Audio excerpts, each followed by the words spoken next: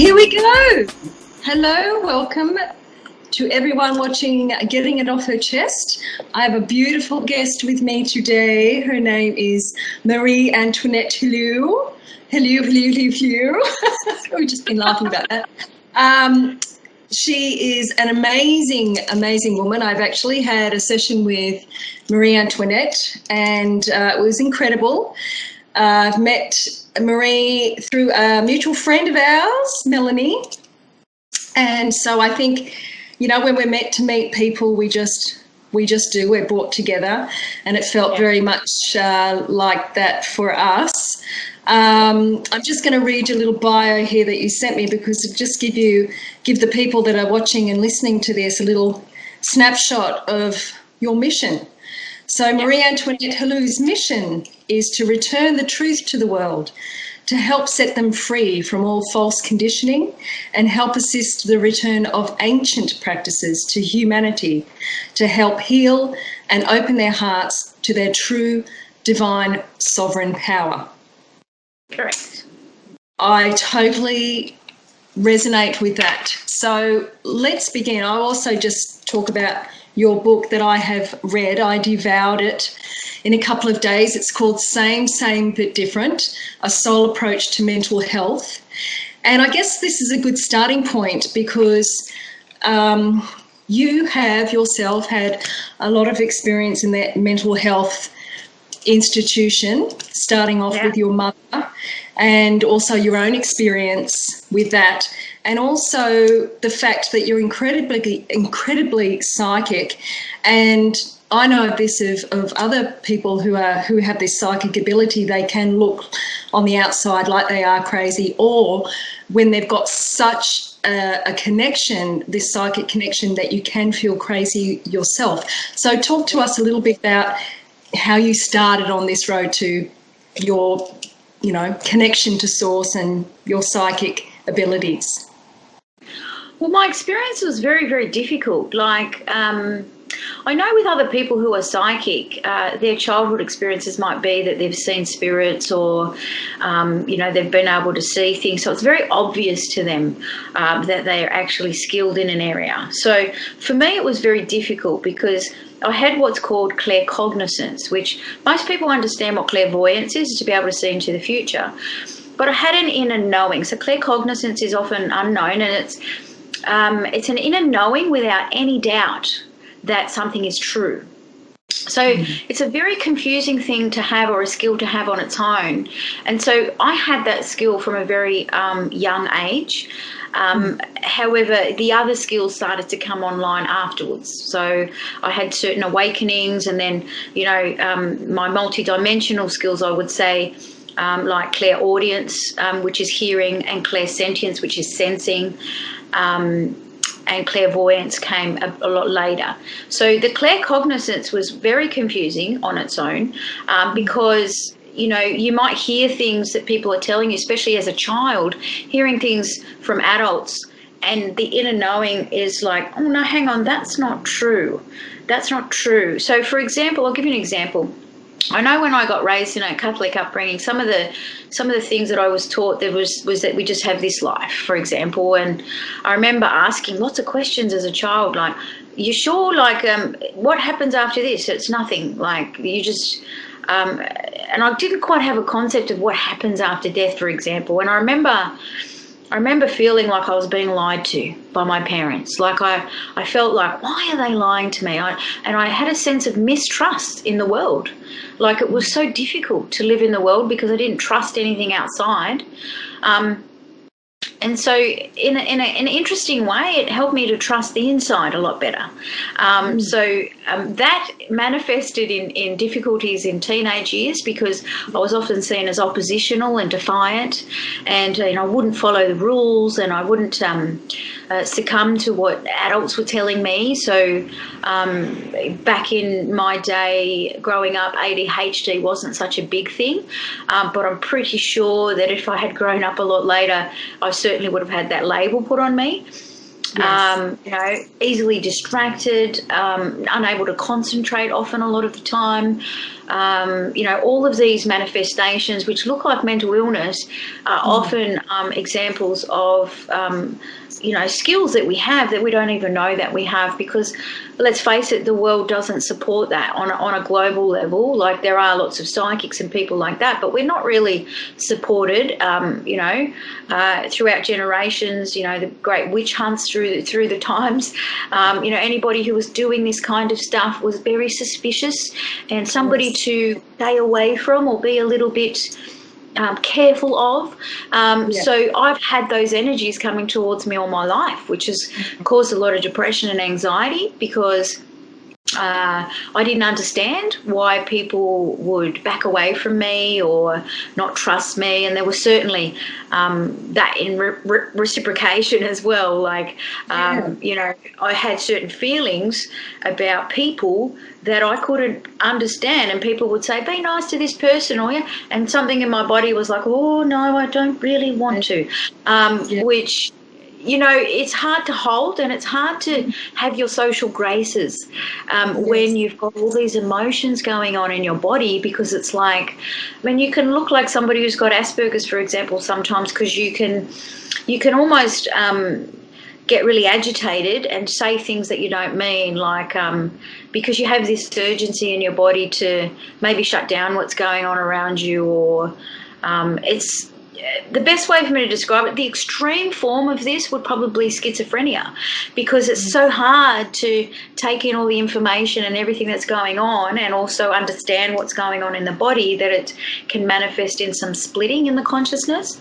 So I guess, I don't know, you haven't asked me this question, but I'll go ahead and say, my psychotherapy studies and also all my studies around trauma have been able to help myself understand myself, but then also see that it's happening to lots of other people, that perhaps the beginning of the book here, going on, the beginning of your book here, I'm just reading again. To all of those who have ever felt different to everybody else, who have been labelled, suppressed, felt crazy, weird, isolated and alone, this is for you. Blessings to you. May you find solace, wisdom, relief, humour and inspiration within. Sensitive souls who behave differently. SSBD. And I can totally relate to that. That's why, when I read that, it was like, sometimes you are treated differently, people don't get where you're coming from, and I've found that I have suppressed a lot of that throughout my life, because I wanted to fit in, and I didn't want to feel like I was not normal. I'm getting quite emotional actually as you read that, because even this is how I am. Like, I feel very deeply. That's another thing. Like, we don't often, because we're in society. They try to put us into a structure of one mold and one box and one size fits all, and it certainly doesn't. We all think at different speeds. We feel at different levels. So, what could affect somebody just slightly could affect the next person really deeply, and so we can't place a measure of just one thing fits all. And I think that's what happens when we look at the mental health system, is we have this box and structure of this is how you're expected to behave and this is how you should be, and anything else that deviates from this is unwell. And that to me is insane. There's no other word for it. Let's talk about the mental health experience for you and how you found yourself in that. If you can talk about that, and how you realised that this wasn't where you were meant to be. Well, it's so interesting because most people have a fear of death, right? Their biggest fear might be to die, or public speaking is the other one.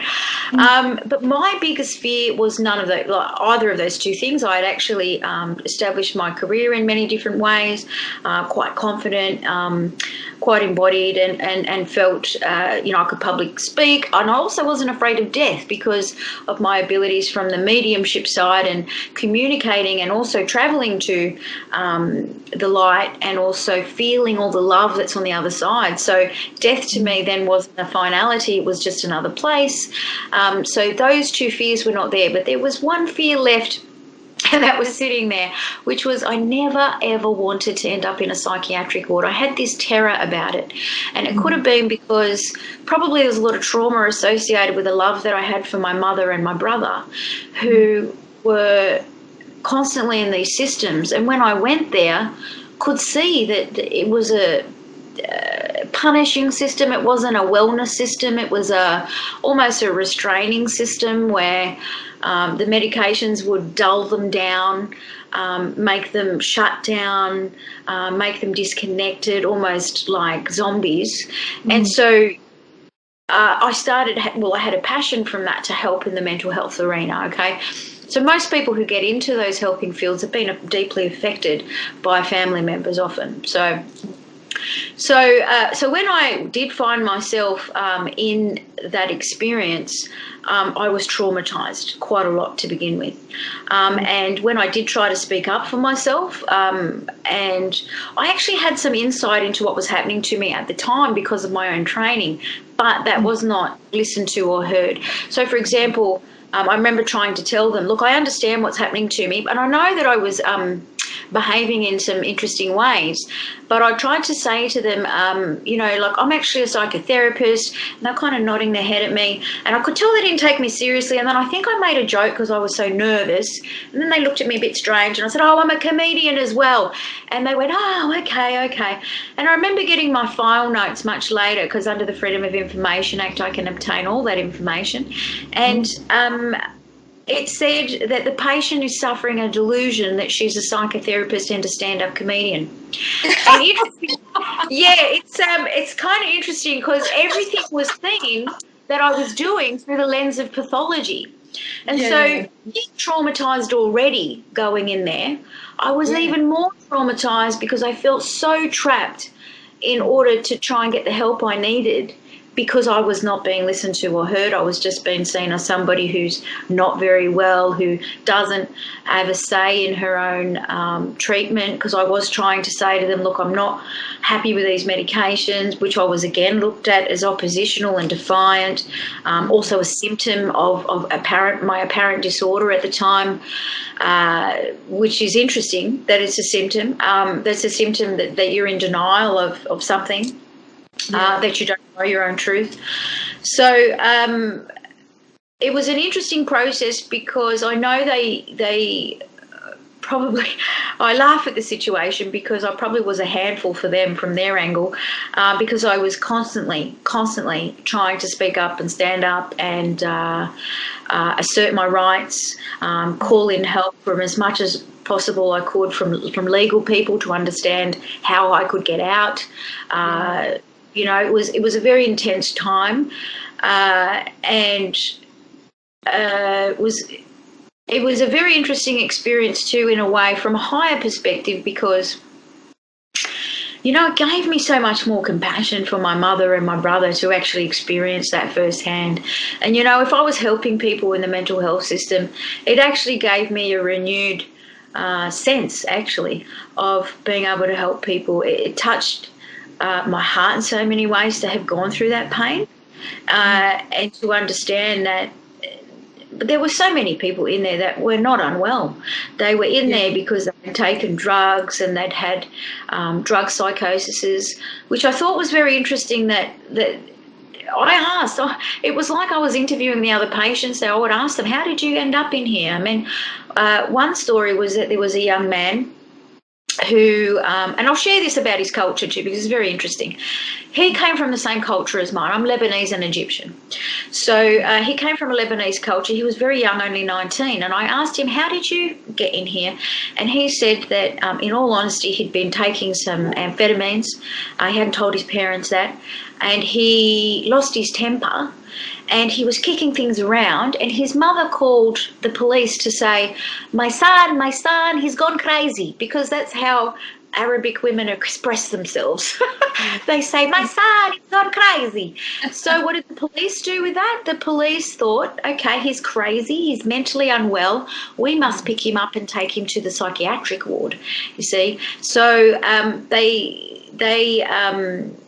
took him to the psychiatric ward. He got assessed, and he was diagnosed with paranoid schizophrenia, and he was so upset about it.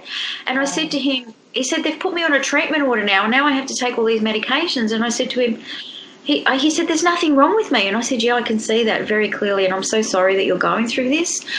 I tried to help him, actually, while I was in there. I tried to help many people, actually, while I was in there, because I could see what was really going on. I could see... You would say this was like your training ground into the work that you're doing now, like a precursor. I see it as an initiation now. Like in the shamanic traditions, we often need to go through experiences in our real world, in our life, in order to become fully ready to be able to fully deliver a message or to fully help the people, those that need it. We often need to walk the path in which they've walked in order to come back and help. Yeah. Absolutely. So with all that experience and eye-opening stuff and a real look into yourself, I guess, through these experiences, where has it led you in the work that you're doing? I mean, I know this book, for example, took a long time to get out. It did. Over 10 years to get out, that one. So where has it led you to now? And if we're talking about living in the present moment, because as we know, time is speeding up. We're in a really exciting time of change. It's amazing to be on this planet right now. Some of the people that may listen to this would be thinking, what the hell are they all talking about? But so can you give us a kind of a touch on where your work is leading you to now, and what do you think is like where are we at this critical point in time? What's it all about? Right. Okay. Sure. So as you said before, it's like my experiences in my life have been my training, and so I mean I've studied so much. I've studied I don't know, probably for about 18 years now, many different modalities, and what I have understood is that I'm just bridging them all together now in my work. So I studied as a Gestalt Psychotherapist. I've also studied theta healing, which looks at changing your beliefs. Because our beliefs create our reality. And if we've got unconscious beliefs like, people are always going to hurt me, that's what we're going to bring in. So changing the belief systems is very important. So I'm also an instructor in that. So I teach people those certificates in order to help themselves and others. And also, I've studied family constellations, so family systems, and having a look at how phenomena can happen with different family members carrying different traumas for other family members. It's a very interesting thing. So I run those, and so I'm doing that as well. But my one-on-one work, and I also do women's retreats as well to help them connect with the feminine aspect of them, because one thing about balance of what I've learned in the healing practices that I have gone into and for myself is that for us to be fully balanced really in this world is to acknowledge that we might have an exterior female body, you and I, but we have a masculine side, and the males who have the exterior masculine body also have the feminine. And so everything is a symbol of everything else. And if we're at war with ourselves, then we're going to be at war with others around us. So if we're at war with the masculine part of ourselves, we're going to have resentments and not so much nice energy to male energy. And male energy is kind of threefold. I'll explain what I mean. So male energy can be towards your father or towards your brother or towards your son, or it could also be a disconnection from Father Sky, if we can say that, right? And then if people are disconnected from the feminine part of them, they could be disconnected from Mother Earth. They might not be really grounded. They might have disconnections with their mothers or their sisters or their daughters.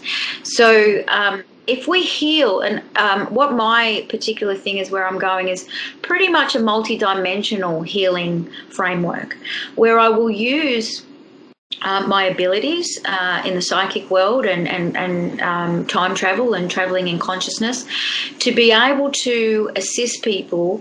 But then I will also use my psychotherapy experiences and trauma to ground that and help to support that process. So it's kind of a multifold process. I was going to say two, but really it's multifold process of helping people on many different levels. because I found in my own healing that I had to go to many different arenas. Yes. Not one modality is going to sort everything out, or people. I mean, I remember studying psychotherapy, and even sitting in the 4-year course that I did, I would sit there and go, surely there's got to be a quicker way than this. Surely people shouldn't be sitting in a chair for years at a time telling their stories, So I guess I work on the soul level also, because of what I have found is that a lot of things that people experience, I like to call it past life bleed through, I call it. It's a term I haven't published yet, but something quite new. So a past life bleed through can be that some people could be having reactions to certain things in their life now that comes from past life that cannot be explained in traditional psychology, because traditional psychology doesn't look at that life. Traditional psychology will look at from when you were born until where you are now. But if we look at multidimensional healing, we're able to see that there are past lives that are contributing to some of these things.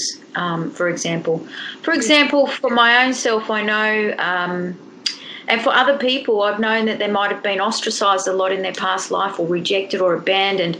And so that is a great sensitivity to them in this life. So anytime anybody's going to reject them or abandon them or not accept them, then it's a real deep intrapsychic pain. And that's a term that would explain some of this multidimensionality that I'm talking about. It's such a deep intrapsychic pain that is often hard to put into words. So often people can't go and speak to someone like a therapist because they don't know what's happening to them.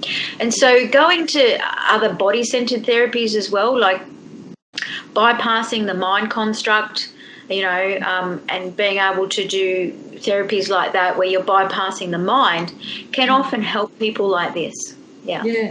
So can we talk about, there's a lot of talk right now about self-love, and and it seems to be a buzzword at the moment. Can you talk to us a little bit about how important self-love is right now? Well, as you're asking that, I'm just experiencing so much joy in my body. Yeah. I know this is a big one for you. It is a big one because, well, I suppose, look, all my life I've read books and all the self-help stuff, and all this stuff points to you just got to love yourself, right? Yeah. And so can I share an experience that happened for me recently? Sure. Go for it. So just recently I had an experience where I fell in love with myself. And the best of it was a very bizarre experience. And I'm glad we're talking about this on this particular channel, I suppose, because it's such an experience that it's so difficult to express to people because it does look crazy. Okay? Yes. So I had this experience where I caught my reflection in the mirror and I looked directly into my eyes, and I just had this moment where I was just like, oh, she's so beautiful. She's amazing. And then I just thought about everything that I'd gone through in my whole life, and I just had this admiration of just, oh, wow, she survived so much and she's still here. And it was so beautiful that I laughed to myself, being the comedian that I am. I was laughing to myself and thought, oh, I should marry myself, I should.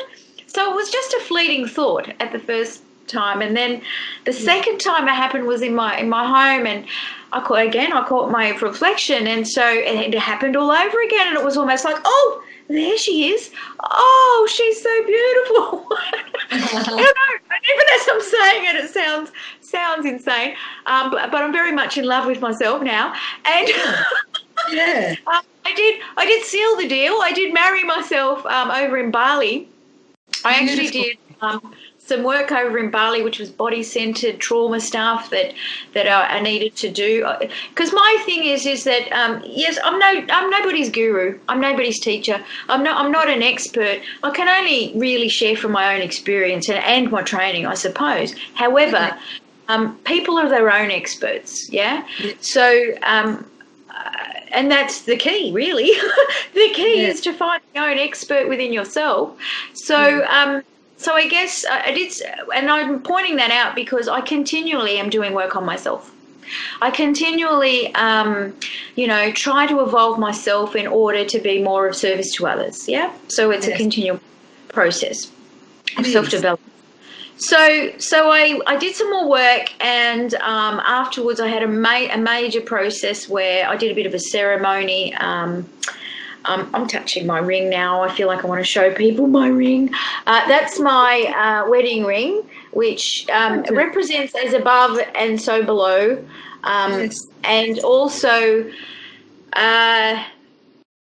it was a much significance because it kind of was an integration process of all the love that I suddenly had for myself. And often they say in relationships as well, if you're trying to find a partner, you must be a whole person. You must love yourself before you can allow love in or give love. And so, our world is so, we've been taught, keep loving others and keep doing this and being so loving towards others. We can't actually do that well. Because we could hurt people without realising, and I've certainly done that. And so, and realising how much I'd hurt people in the past because I didn't love myself was quite painful. And so when I did marry myself, it was like, wow. And I made vows. I made specific vows. I had a make-do, beautiful woman that played my bridesmaid, and she also played the celebrant as well, and she organised lots of things. But I actually want to do a proper wedding here in Australia because it was a kind of a rash thing, but I'm quite seriously considering doing it properly and having family members there and things like that. As crazy as it sounds, and I know it's just I mean, we're always looking outside, aren't we, for the other part, the other half to make us feel whole. And if that person just loves me, or if I just love that person, then we can skip off in, it's the fairy tale, right? But we need to love ourselves. This is a journey. To me, it's the key. It's the key to living a really healthy life. Yeah. Even as you were talking then, I just had so much. It's like you're saying, we feel this love and we feel complete, and this. I feel so complete in myself with this ceremony that I have done, and I've also discovered, that it's an ancient practice.